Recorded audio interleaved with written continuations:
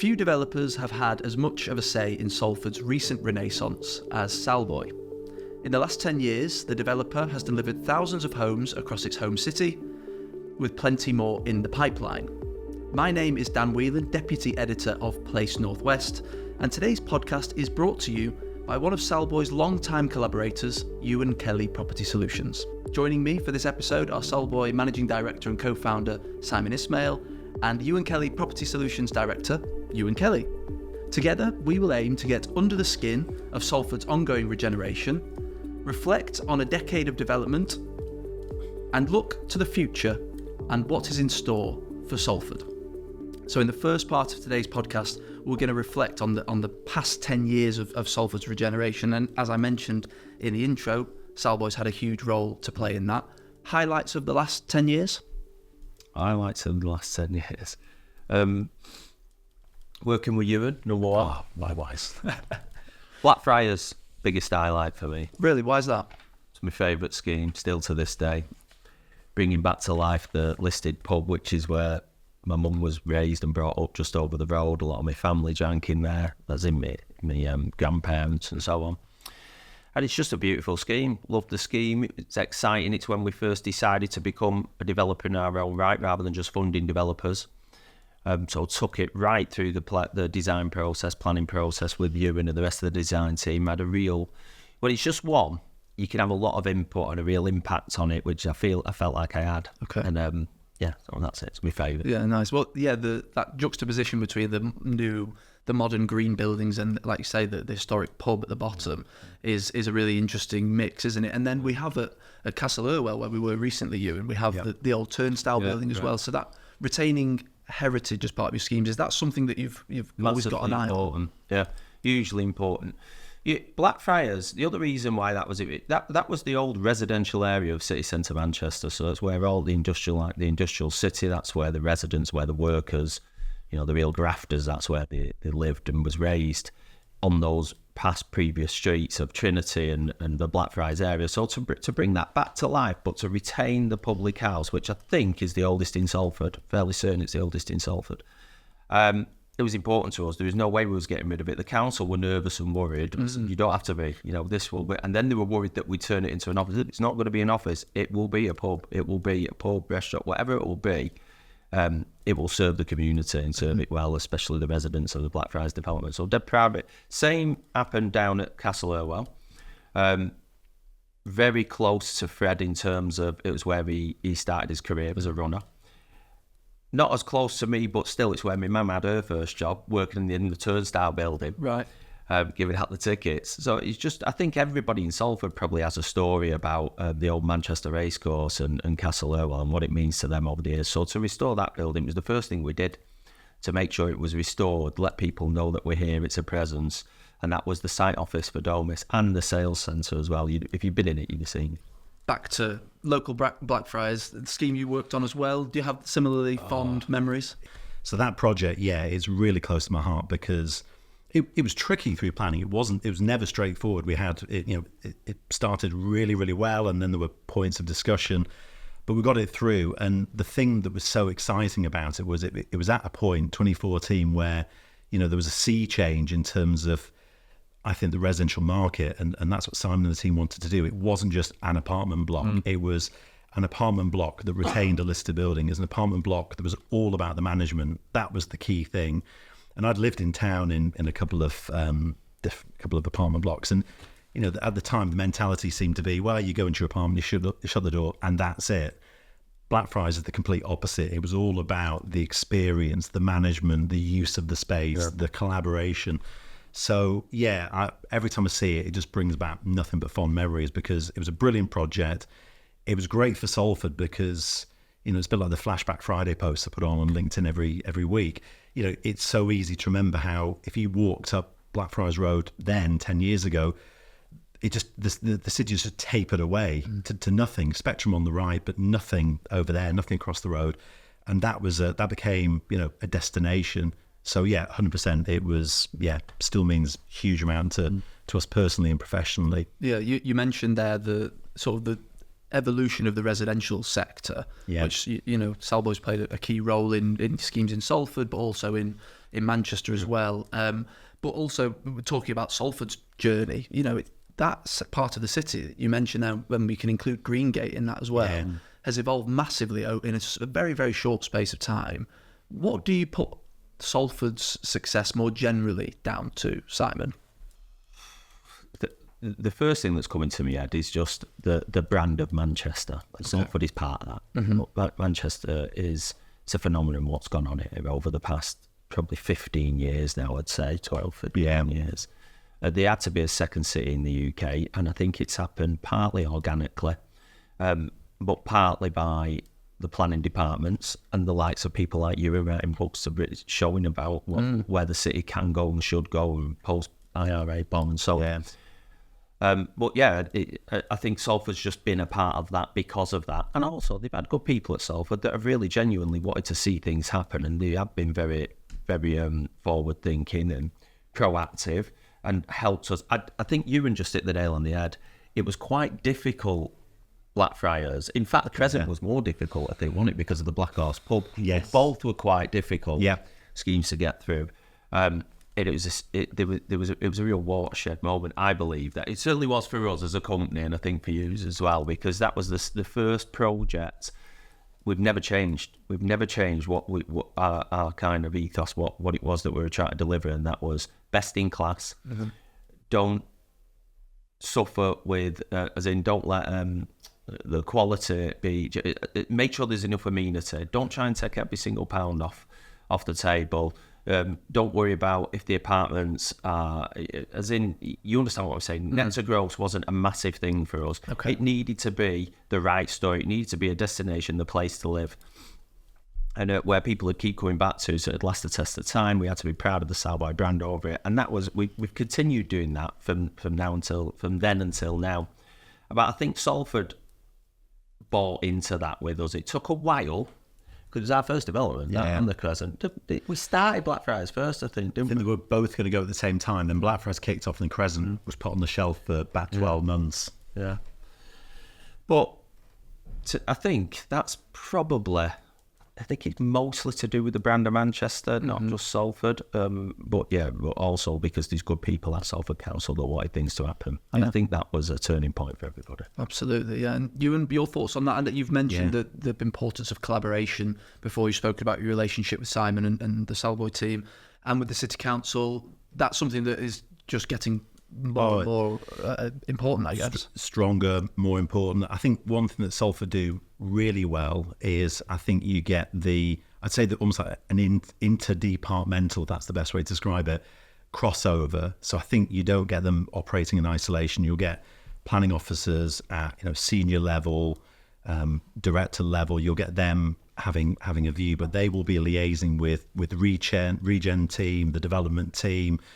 I think that there's a collective direction, so you can call on officers, not just in planning but in different departments, to have conversations, get direction. And I think all of that works. Yeah, I think Salford, they present themselves very well as an authority in terms of, I think, being open for business. If you've got a site that you're looking at very early on, you can have conversations with people. They're very good at having the formal pre-application processes if you need to do that, if you need to get that kind of expedited service through a PPA.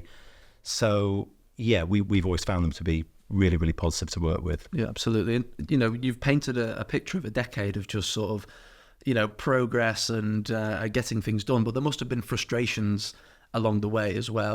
We've had COVID, we've had other sort of economic upheaval.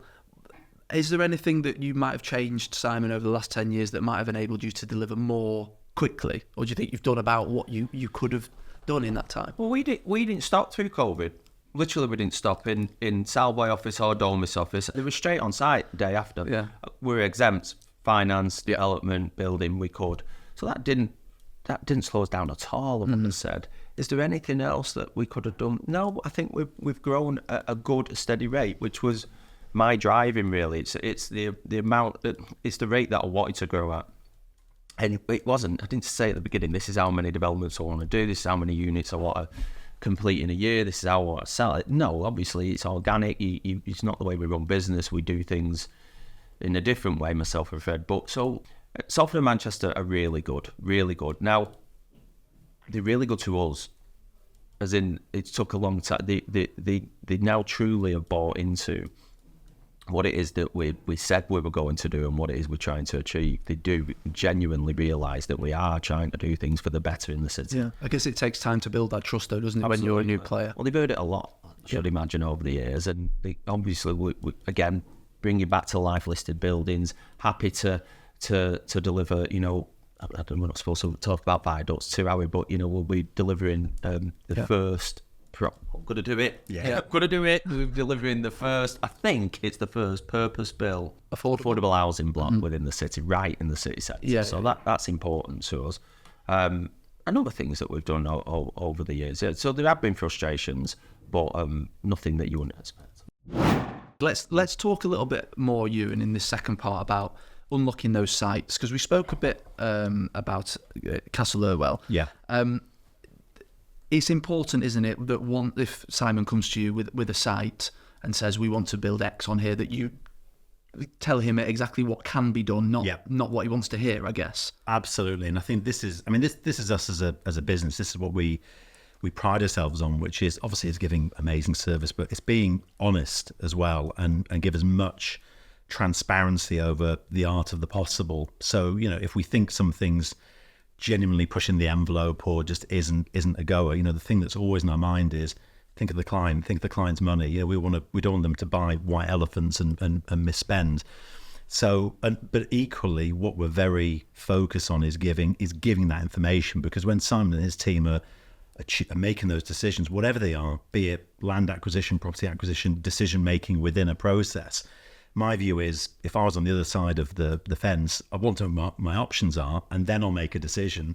So that's really key for us. So to answer the question, I think we want to get under the skin of a site. You know, whenever we get approached, that's the first thing we do. It's like, oh, right, brilliant, which authority is it? Right, and we'll kind of scramble around, get the information, but we'll go lengthwise and depthwise in terms of the information. It'll be all the stuff you can see on the surface, which is what's the allocation, is there a framework, what are the height constraints, all that stuff.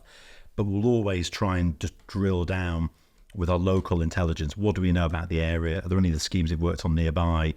Which ward is it? What's the direction of travel for the authority? And we'll give that visibility, because, like I say, we want to give the best service possible, and we want to give that transparency to help decision making, but also, you know, understand what does the authority want to get from it as well. What are their priorities? And then once you've got all those things in front of you, you can start to make some, you know, really clear decisions. Yeah. And in terms of what you guys look for in a site, Simon, what's the archetypal Salboy site? Is there anything you wouldn't touch? It's not really to do with is there anything we wouldn't touch. I don't really like huge listed building projects, in terms of it's fine bringing back to life an element in the scheme that's listed, but to do a full listed project like we have done at the Press, they're a nightmare, absolute night, just a disaster. They always end up being a disaster. It always costs you at least 50% more than what you ever budgeted. I think it's more about for me, being a salesman, it's more about the story at the end before you sell it. So can you tell it? Firstly, are we regenerating an area? That's important to us. I don't want to go into an area so I'm never going to go over to Hume where Ready can build. You might want to take that out. No, leave it in. I'm a good mate with Darren. It's all right. He knows I'm winding him up. But we would never go over to that area. It's just that's their patch, that's their man. Not that he'd have an issue or I'd have an issue. I just don't feel like we can add any more value to that. He's done what he's done, and I think whatever we do then would have to kind of marry into what he's done. And it's we want a clean, fresh slate. You know, we want to be able to do what we want to do. So no, there's no areas. Okay. What are the key elements now that basically must-haves in development that weren't necessarily 10 years ago? Do you think what are you seeing more and more? Well, I mean, affordable housing is maybe not the best answer to give under that heading, but we know that's really important. We know that it's been a priority for as long as I can remember, and it just becomes an even greater priority. Rightly so as far as delivery is concerned. So that's certainly a big priority. I think that the open space, you're absolutely right. That's, I mean, for as long as I've worked on big schemes, when you've got, the tall buildings, there is always that question of, height, scale, materiality, all those things are really important, but it's always important to look at how it hits the ground. How does it actually function? Because it's easy to get carried away with, oh, it looks amazing from the distance. That is a given, and that's absolutely right. But at the same time, the local authority and the investor developer obviously want to make sure it's a usable space. It's activated. Yeah, it's activated. You've got a space where you can get tenants as well. You want it to be a space where you put in the commercial mixed-use space. It's somewhere that firms are going to want to be located. I think the management of buildings, for the last easily the last 10 years, is a huge topic, because again, it's not just about numbers. It's not just about new dwellings. It's about how is this space going to be managed? How is it going to be safe? What's the quality going to be like for everyone? So that's undoubtedly a key issue that I'd say has emerged in the last 10 years, maybe a little bit less. So looking ahead then, we've reflected on 10 years and sort of the journey and how we've unlocked these sites. What's next for Salford in your view, Euan? I know that's a difficult question. Oh, it's difficult, but it's a brilliant question. And I think we as a business, and I get really excited when we think about Salford's potential, because again, 10 years really isn't that long when you think about it. And the scale of development, the work that Simon and his team have done over the last few years is unreal, because it's not that long really.